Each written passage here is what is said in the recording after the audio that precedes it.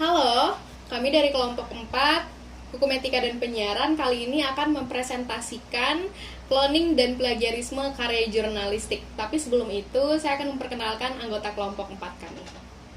Pertama, ada saya sendiri, Korea Agustina Pakpahan. Lalu nanti ada teman saya, Muhammad Baret Stan, Dion Vito Kartawijaya, dan juga Muhammad Fadli. Oke teman-teman, sebelum kita masuk ke dalam materi, kita akan masuk ke dalam pokok pembahasan yang akan kami bawakan pada hari ini. Yang dimana pokok bahasan pertama itu ada definisi karya jurnalistik, lalu definisi cloning, definisi plagiarisme, dan juga nanti ada contoh praktek cloning karya jurnalistik dan juga contoh praktek plagiarisme karya jurnalistik, lalu kode etik jurnalistik dalam mengatur cloning dan plagiarisme. Baik, kita masuk ke dalam pokok pembahasan yang pertama, yaitu karya jurnalistik. Sebenarnya apa sih itu karya jurnalistik? Nah, jadi jurnalistik dalam bahasa Belanda adalah jurnalistik, sedangkan dalam bahasa Inggris adalah journalism. Keduanya ini berasal dari bahasa Prancis, yaitu jour, yang berarti harian. Jurnalistik ini merupakan pengetahuan atau ilmu mengenai catatan harian atau berita dengan segala aspek, mulai dari mencari, mengelola, hingga menyebarkan. Sehingga dari dua pengertian di atas, maka kita dapat mengetahui karya jurnalistik adalah hasil karya tulis dari seorang wartawan atau jurnalis yang dimuat di media cetak maupun elektronik.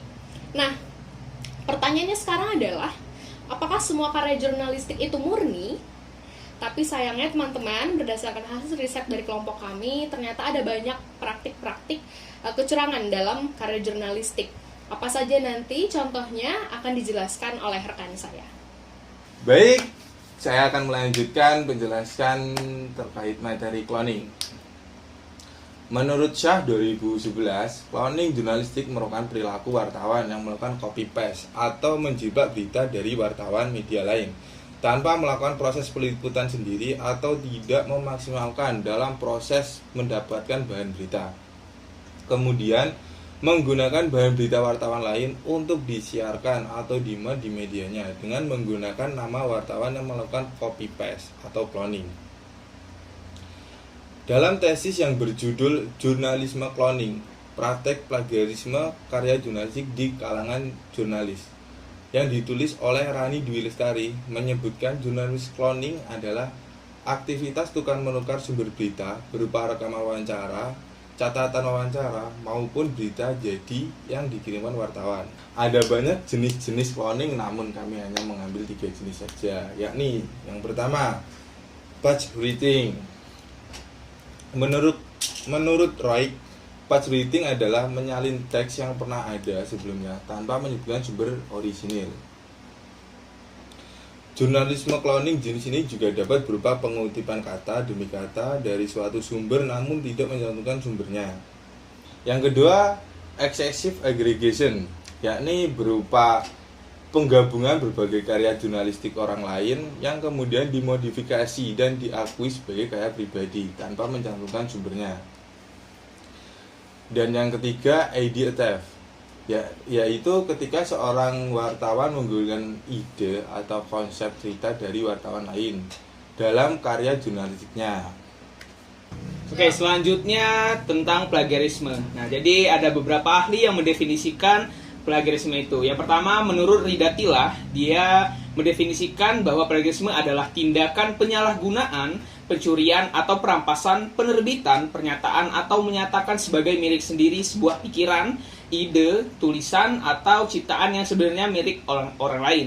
Kemudian menurut Belinda Rosalina, dia mengartikan plagiarisme sebagai tindakan menjiplak ide, gagasan, atau karya orang lain untuk diakui sebagai karyanya sendiri, atau menggunakan karya orang lain tanpa menyebutkan sumbernya sehingga menimbulkan asumsi yang salah atau keliru mengenai asal-muasal dari suatu ide, gagasan, atau karya. Dari definisi beberapa ahli di atas dapat disederhanakan bahwa plagiat adalah aktivitas menjiplak karangan orang lain dan mengakuinya sebagai karangannya sendiri tanpa seizin pembuatnya. Plagiat termasuk dalam tindakan kejahatan yang melanggar hak cipta dan pelaku yang melakukan plagiat disebut sebagai plagiator. Nah, jadi berikut ada beberapa bentuk plagiarisme yang sering ditemukan dalam bidang akademik maupun jurnalistik. Plagiarisme verbatim merupakan tindakan plagiasi dengan menjiplak karya orang lain apa adanya dan memberi kesan bahwa karya tersebut merupakan hasil karya ciptaannya sendiri. Kemudian yang selanjutnya plagiarisme parafasa merupakan tindakan plagiasi dengan mengubah kalimat dari penulis asli dengan kalimatnya sendiri dan tidak mencantumkan referensi ataupun kutipan. Kemudian plagiarisme kain perca atau lebih dikenal dengan patchwork merupakan tindakan plagiasi dengan mengambil karya milik orang lain dari berbagai sumber tanpa menyebutkan rujukan dan menyusunnya menjadi suatu kesatuan yang utuh sehingga terkesan sebagai karyanya sendiri. Selanjutnya, plagiarisme kata kunci atau frasa kunci merupakan tindakan plagiasi dengan mengambil sejumlah kata kunci dari penulis asli dan memparafrasekannya lagi dengan kata-katanya sendiri. Dan yang terakhir ada plagiarisme struktur gagasan, merupakan tindakan plagiasi dengan mengambil struktur gagasan orang lain kemudian dituangkan lagi agar terlihat berbeda. Kemudian materi selanjutnya akan dijelaskan oleh teman saya. Terima kasih. Selanjutnya kita masuk di praktik cloning karya jurnalistik di Indonesia. Contoh kasus yang pernah terjadi dengan jurnalisme cloning adalah pada portal berita okezone.com yang mengunggah 2 berita yang diambil dari infojambi.com pada 27 Desember 2008. Unggahan yang berjudul "Dipidana seumur hidup, caleg PBR terancam dicoret" dan oknum TNI ditangkap Polda saat mengambil paket berisi 1929 pil ekstasi. Diplagiat oleh Okezone dengan judul "Dipidana seumur hidup, caleg terancam dicoret" dan temukan 1029 ekstasi, Polda Jambi bekuk oknum TNI. Kedua judul tersebut memang tidak secara keseluruhan dipakai. Namun, konten berita yang disuguhkan terlihat sama tanpa disertakan sumber. Pemret Okezone akhirnya dipanggil oleh Dewan Pers perihal pengaduan Info Jambi pada hari Kamis tertanggal 26 Februari 2009 dan mengakui adanya kesalahan dengan memuat berita plagiat yang dikirim oleh wartawan Global TV di Jambi tersebut, serta mengambil jalan damai dengan meminta maaf. Selanjutnya, praktik plagiarisme karya jurnalistik di Indonesia. Kasus yang dialami tabloidjubi.com, berita yang dipublikasikan oleh media online tersebut, diplagiat oleh sebuah situs media online, yaitu spberita1.com. Artikel yang ditulis tabloidjubi.com yang berjudul "Bambang Darmono, Perlu Ada Affirmative Action KOAP", yang dipublikasikan pada hari Rabu 9 Januari 2013.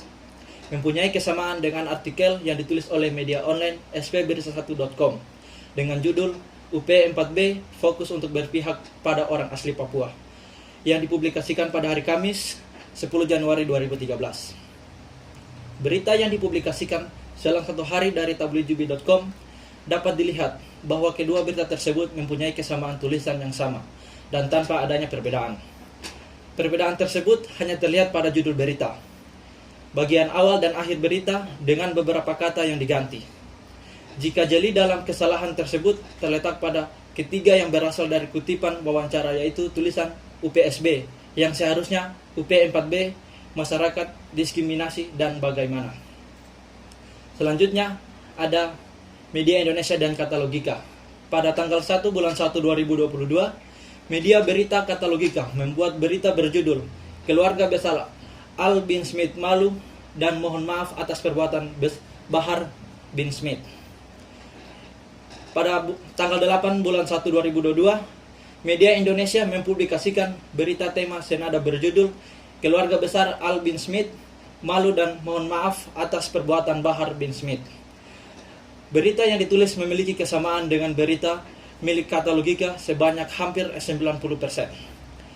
Pada tanggal 29 bulan 3 2022, Dewan Pers melakukan mediasi dan memutuskan bahwa Media Indonesia melanggar pasal 2 huruf G Kode Etik Jurnalistik dan butir 5 peraturan Dewan Pers nomor 1 peraturan DP strip 3 strip 2012 tentang pedoman pemberitaan media cyber, tertulis dalam pernyataan penilaian dan rekomendasi PPR nomor 12 PPR DP 2022.